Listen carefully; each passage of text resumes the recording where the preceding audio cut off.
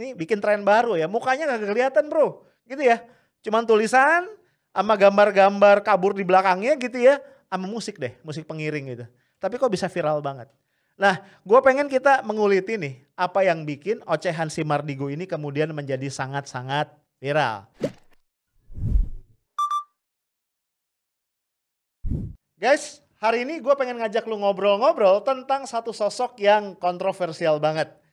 Dia aktif banget di YouTube ya, dia punya channel YouTube yang subscribernya udah hampir 1 juta, padahal masih kurang dari 1 tahun ya diluncurkan. Dia punya sekitar 300-an video, tepatnya kalau nggak salah 317 video di channelnya itu. Sudah ditonton lebih dari 70 juta kali. Gila ya. Siapa dia? Yes, kalian bener. Dia adalah Mardigo Wowik yang dipanggil Bosman Sontoloyo oleh beberapa orang. Mungkin kalian nggak banyak yang tahu ya. Sontoloyo itu sebutan yang dikasih sama Pak D-nya, seorang ustadz di pesantren. Gara-gara si bocah satu ini itu sering ngajuin pertanyaan-pertanyaan nyeleneh yang bersumber dari logikanya yang emang nggak biasa. Nah, apa sih konteks gue ngajak lu ngomong tentang si Wowik ini? Disclaimer ya, gue bukan temannya dia, gue juga nggak kenal-kenal amat juga sama dia ya. Dan gue nggak punya kepentingan untuk mengendorse dia karena dia udah terkenal banget ya. Nah, kenapa gue ngajak lu ngobrol tentang dia? Konteksnya apa? Teman-teman, lu pasti tahu gue trainer ya. Salah satu topik yang sering banget gue bawain adalah mengenai communication and public speaking. Nah, teori basicnya teman-teman, orang kalau berkomunikasi itu tujuannya 3. Ya, basic objektifnya 3. Yang pertama adalah to inform, menginformasikan sesuatu. Yang kedua adalah to entertain. Dan yang ketiga adalah to persuade. Nah, yang menarik buat kita teman-teman sekalian, nih si Mardigo ini ketika dia communicate ya dengan berbagai format, entah di videonya dia sendiri atau mungkin dia hadir di podcastnya orang lain, itu dia mampu nih ya melahap 3 tujuannya sekaligus dan very excellent ya. Tadi buktinya ya subscribernya banyak banget gitu ya. Walaupun kalau lo lihat videonya ini unik ya, ini bikin tren baru ya, mukanya nggak kelihatan bro, gitu ya. Cuman tulisan sama gambar-gambar kabur di belakangnya gitu ya. Sama musik deh, musik pengiring gitu. Tapi kok bisa viral banget. Nah, gue pengen kita menguliti nih apa yang bikin ocehan si Mardigo ini kemudian menjadi sangat-sangat viral. Guys, back to the teori sedikit ya, supaya sedikit nambah pengetahuan nih. Teorinya mengatakan apa yang bikin pembicaraan atau tanda kutip ya ocehan lu itu powerful di media atau dimanapun. Seenggaknya ada 3 faktor guys. Yang pertama adalah sosok yang ngomong. Ya, sosok yang ngomong. Ya, ini terpaksa nih ya. Walaupun the Prophet Muhammad bilang ngasih nasihat sama kita, jangan dilihat siapa yang ngomong tapi lihat apa yang diomongin. Tapi ternyata faktanya yang namanya manusia itu nggak kayak gitu. Manusia itu memang masih ngelihat casing. Siapa yang ngomong itu kadang-kadang gemanya lebih kuat ketimbang apa yang diomongin. Jadi sosok yang pertama adalah siapa sosok yang ngomong, kayak apa sosok ini. Ini yang pertama. Ya, kemudian yang kedua yang akan bikin satu ocehan atau satu omongan itu viral kemana-mana adalah of course konten. Ya, konten-konten yang biasa, yang basi tentu nggak disukai. Orang pengen kejutan. Basically ya secara natural, secara sunatullah orang suka banget sama kejutan, gitu ya. Gue kasih contoh simpel nih ya. Pak Jokowi kan dikenal sebagai sosok yang tenang gitu kan. Bahkan dia ngaku sendiri kalau dia deso gitu kan ya. Ya easy going ya, bacaannya Doraemon misalnya gitu ya.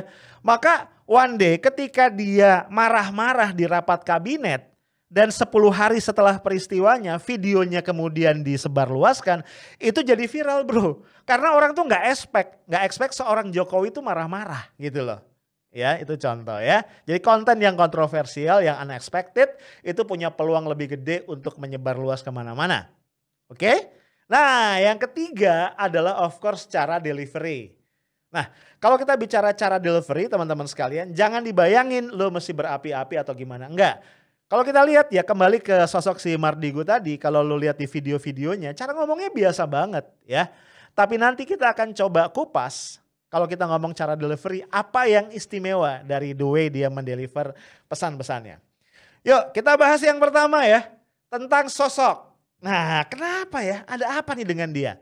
Tadi di awal udah gue kasih tahu nih, ini orang nih kontroversi banget. Ibarat rujak nih, dia campuran berbagai buah ya, durian sekalipun dimasukin ke dalamnya kali ya. Lu bayangin ya, pada satu sisi dia orang yang punya background santri. Tadi gue bilang ya, nama Sontoloyo itu datang dari pamannya, Ustadz yang punya pesantren gitu ya. Jadi background itu santri banget gitu ya. Tapi dia belajar psikologi dan nggak di Indonesia bro, di Amerika ya. Dia belajar di San Francisco State University. Jadi bachelor degree-nya di dalam psikologi, kemudian master degree-nya dia belajar applied psychology yang itu fokus di dalam membaca criminal minds. Wih gila, kayak film ya. Dan itu dikaitkan juga sama forensic investigator. Jadi latar belakang pendidikannya aja tuh unik gitu ya. Gue yakin gak ada di antara lo yang belajar tentang criminal minds. Nah, no wonder kemudian ketika berkarir itu karirnya juga gak kalah spektakuler ya. Pada satu sisi teman-teman sekalian, dia pernah jadi banker walaupun gak terlalu lama. Kemudian juga dia memimpin satu perusahaan investasi ya teman-teman sekalian. Tapi dia juga adalah seorang interrogator dan juga investigator untuk kejahatan-kejahatan khusus. Salah satu yang utama adalah terorisme. Ya karena mungkin tadi memanfaat kemampuan dia tadi membaca pikiran ya, criminal minds tadi. Dia juga pernah jadi staf khusus dari Menteri Pertahanan, kemudian dia juga sempat aktif di Komite Ekonomi dan Industri Nasional gitu ya, khusus di satu bidang yang membidangi masalah energi. Nah teman-teman sekalian, dia sempat punya beberapa perusahaan walaupun kemudian dia udah lepas dan dia sekarang praktis ya, formally udah gak punya perusahaan sama sekali. Makanya dia bisa mencelok kemana-mana. Tapi dia masih jadi semacam semacam mentor, advisor gitu ya untuk bisnis.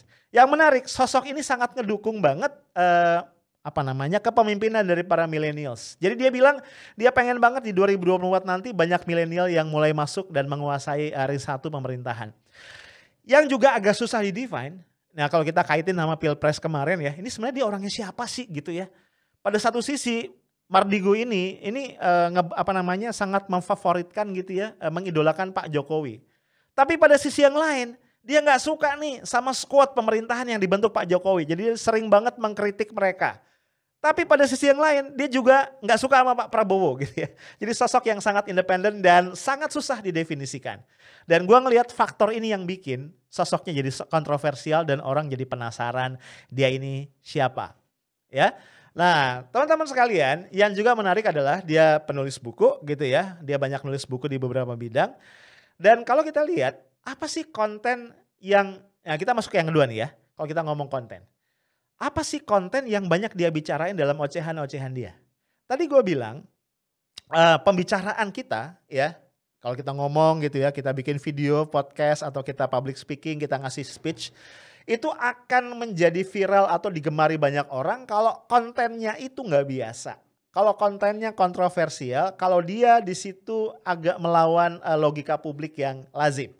Nah teman-teman ya guys, kalau kita lihat konten-konten ocehannya Mardigu di internet, di YouTube, itu kira-kira 3 nih ya topik utama yang banyak dia bahas. Yang pertama yang sering banget dia bahas adalah mengenai menyoroti sistem moneter gitu ya. Dia mengkritik habis konsep-konsep tentang peran uang dalam sistem moneter yang bersumber dari teori-teori ekonomi neoklasik gitu ya. Jadi dia lebih percaya, dia menganut ke new monetary theory. Yang lebih bicara bagaimana peran uang, bahwa uang itu harus kembali punya standar dan sebagainya gitu ya. Jadi kalau kita lihat ya, misalnya gini, dia punya konsep, dia bilang gini, kalau sampai terjadi pengangguran ya, ini merupakan satu bukti bahwa sebuah sistem moneter tidak bekerja dengan sebaik-baiknya. Jadi uang itu tidak mampu menciptakan manfaat. Nah oleh karenanya, nah ini kerennya dia ya, kenapa orang juga jadi respect dalam konteks konten. Dia bukan cuma ngomong teman-teman sekalian, tapi dia juga praktekin itu. Ya, misalnya salah satu bisnis dia pernah bikin Sirenium ya, sebuah bisnis institusi yang bergerak di bidang cryptocurrency walaupun saya nggak dapat izin dari OJK ya. Kemudian dia juga punya Dinaran. Dinaran ini satu institusi di mana lu bisa taruh emas lu dan kemudian lu bisa dapat cash dari situ. Kemudian dia juga bikin institusi yang itu memfasilitasi para investor untuk bisa berinvestasi pada beberapa UKM. Lu bayangin kan, UKM ini kalau nggak difasilitasi agak susah memang dapat investor ya. Apalagi bisa jual saham dan segala macam. Jadi concern dia tentang tidak berfungsinya sistem moneter dunia dengan baik itu diwujudkan dalam bentuk action. Nah ini yang membuat konten-kontennya itu menjadi sangat-sangat powerful.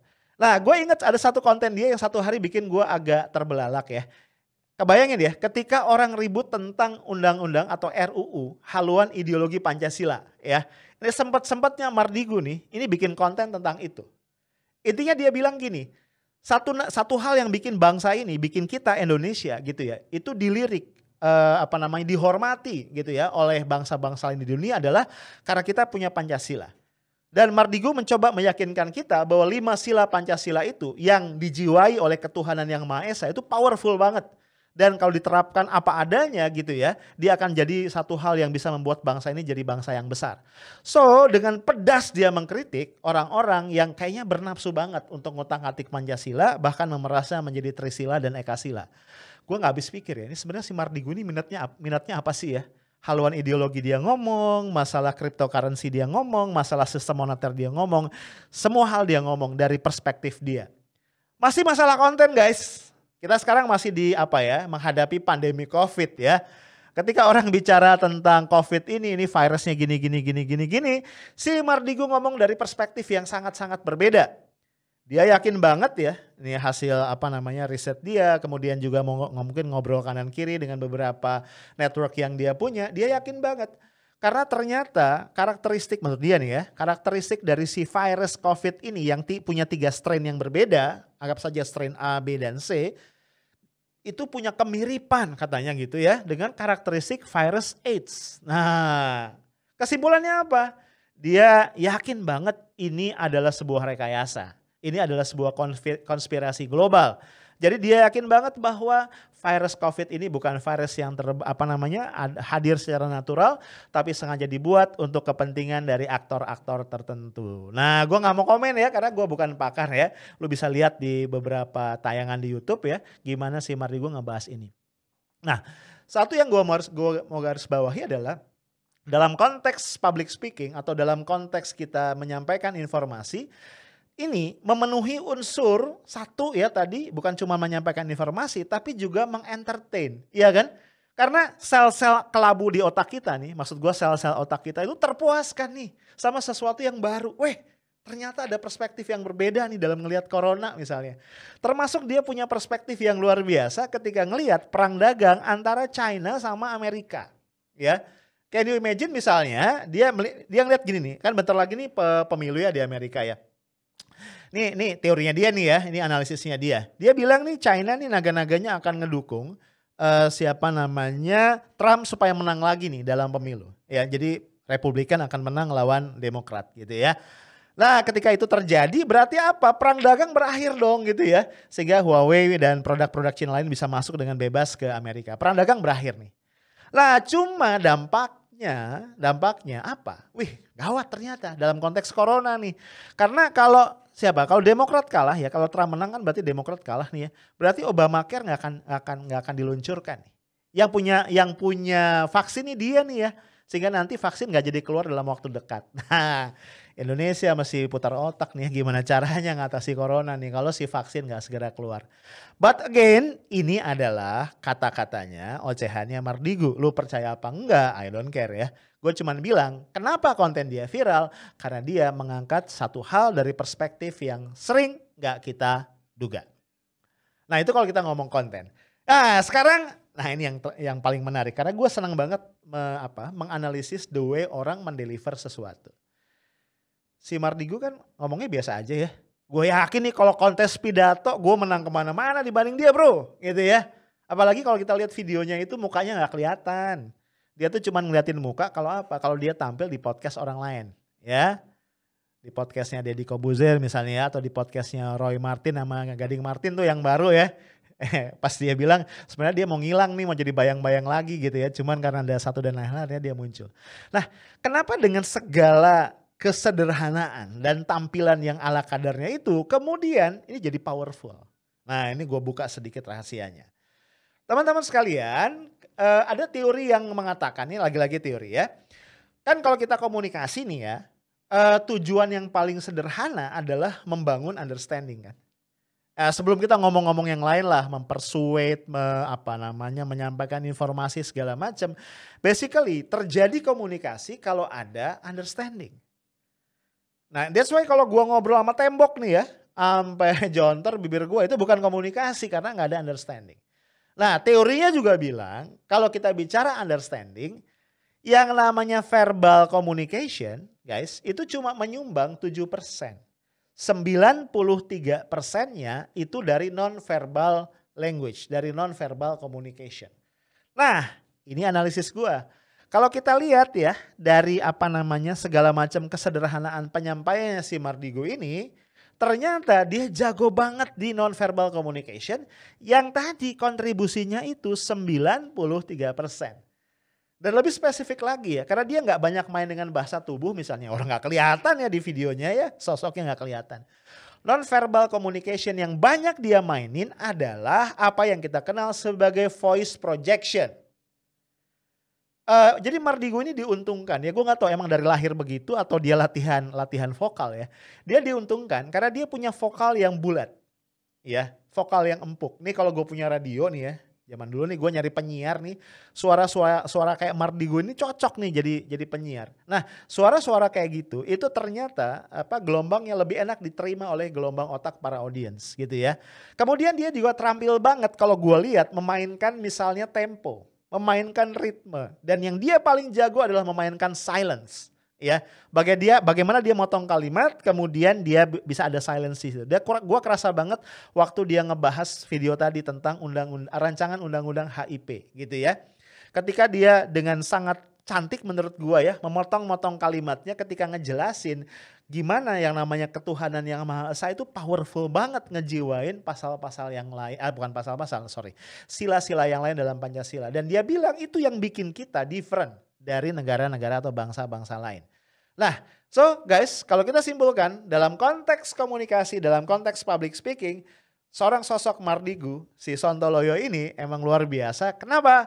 Karena sosoknya memang kontroversial dan otak manusia suka sama hal-hal yang kontroversial. Yang kedua, kontennya memang benar-benar counterintuitif ya. Ya dari keluasan pengetahuan dia gitu ya, dia bisa menyajikan hal-hal yang kita nggak duga dengan perspektif yang sama sekali baru dan of course sangat segar, nggak basi gitu kan. Dan yang ketiga, dia terampil banget memainkan non-verbal language yang sangat berkontribusi dalam konteks menciptakan understanding. So kita bisa belajar banyak, kalau lu mau jadi YouTuber yang hebat, lu pengen mendeliver message lewat public speaking yang keren, mainkan 3 hal tadi. Bikin diri lu jadi asik, jadi sosok yang memang bikin orang, wih hebat banget nih orang ya. Yang kedua, bikin konten dengan perspektif yang counterintuitif. Dan yang ketiga, mainkan dengan baik delivery melalui non-verbal language. Itu aja guys, stay tough, smart, and professional. Assalamualaikum warahmatullahi wabarakatuh.